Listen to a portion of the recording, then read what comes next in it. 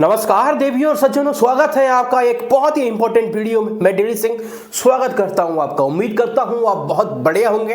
Big boss में जो बकचोदी चल रही है फिलहाल में, उनका आप मजे ले रहे होंगे। जिस तरीके से लोग कंटेस्टेंट बाहर आके एक दूसरे पर हेट बरसा रहे हैं, उसका आप बहुत अच्छे तरीके से मजे ले रहे होंगे, ये मुझे पूरा विश्वास है। तो आइए साथियों, मैं भी एक ऐसी ही वीडियो लेके आया हूँ आपके सामने। करणवीर मेहरा की आपको एक पोस्ट याद होगी, वो रजत के खिलाफ जो वो पोस्ट डालते हैं उसमें दलाल कम्युनिटी के खिलाफ लिखते हैं। उसके अलावा वो रजत के फैंस के लिए लिखते हैं, उन्हें छपरी बोलते हैं, बहुत ऐसी सारी चीजें होती हैं। जब रजत के वहां से जवाब जाता है, रजत के फैंस एक्टिव होते हैं, तो उधर से एक भीगी बिल्ली की तरह माफी मांगते हुए नजर आते हैं करणवीर मेहरा, और वहां पर कुछ शब्द बोलते हैं वो उस पोस्ट के लिए और खासकर रजत के लिए कि रजत को वो कितना चाहते हैं। आइए एक बार वो वीडियो मैं आपको दिखाना चाहता हूं, एक बार आप वो वीडियो जरूर देखिए।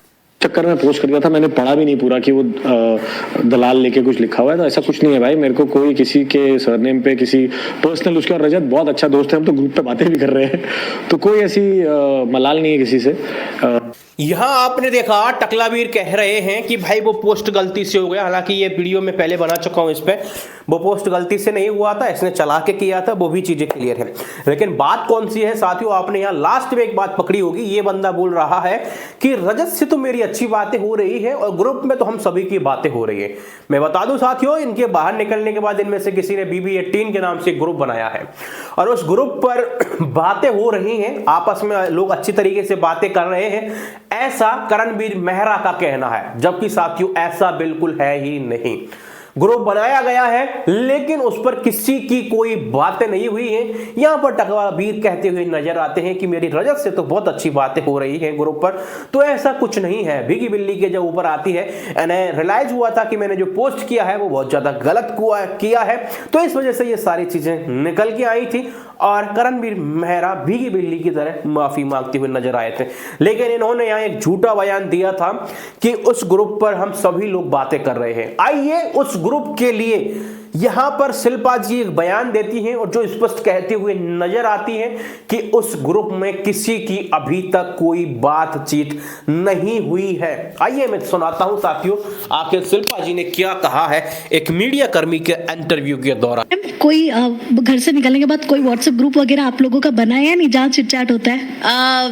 एक ग्रुप बना है जहाँ पे सारे कंटेस्टेंट्स हैं, लेकिन अभी आई थिंक फिलहाल वो इतना एक्टिव नहीं है क्योंकि सारे लोग बिजी है अपने ही स्पेस में। नाम क्या BB18 नाम कुछ भी नहीं है, BB18 है नाम उसका।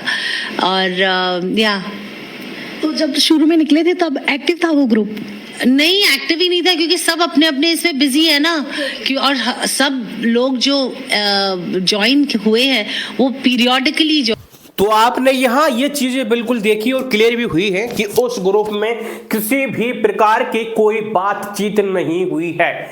इवन रजत और करणवीर मेहरा यानी टकलावीर की किसी भी प्रकार से कोई बात नहीं हुई है। अगर बात नहीं थी तो वहां पर टकलावीर ने सीधा सीधा झूठा बयान दिया था और इस चीज को हम मानते हैं। उन्हें मिट्टी का तेल यूं ही नहीं कहा जाता। पूरे बिग बॉस 18 के अंदर जिन्होंने वो गंद फैलाई थी, गंदगी फैलाई थी, उस चीज का भी आपको पता है, लेकिन उन्होंने ट्रॉफी ली तो वो गंदगी साफ कर दी। वो सबसे बड़ी बात यहां पर है। लेकिन साथियों जो असलियत थी वो मैंने इसलिए दिखाई है क्योंकि अभी हाल ही में रजत और एल्विस का पॉडकास्ट जारी हुआ है, जहां पर दोगले जो ऑडियंस है वो अलग तरीके के कमेंट्स कर रहे हैं और एल्विस को गिराने की कोशिश कर रहे हैं। जबकि मैं कह दूं साथियों, वहां ऐसा कुछ गलत उन्होंने नहीं बोला है। पूरा वीडियो आने वाला है उस चीज के ऊपर, एक एक चीज का मैं खुलासा करूंगा। उन्होंने जो बोला है वो वाकई में कितना सच है या गलत है, और जो लोगों के कमेंट्स आ रहे हैं वो वाकई में सच है या फिर लोगों का वहां पर वो दोगलापन दिखाई दे रहा है। क्योंकि यहां लोग ये भी दोगलापन दिखा रहे हैं साथियों, जबकि यहां पर आप लोगों का कोई रिएक्शन नहीं आ रहा है। तो एक चीज समझ में आ सकती है, जब कोई व्यक्ति एक अच्छी ऊंचाई पर पहुंचने की कोशिश करता है तो पीछे से टांग खींचने वाले तो आते हैं यार। आपका क्या ओपिनियन है जरूर बताइएगा।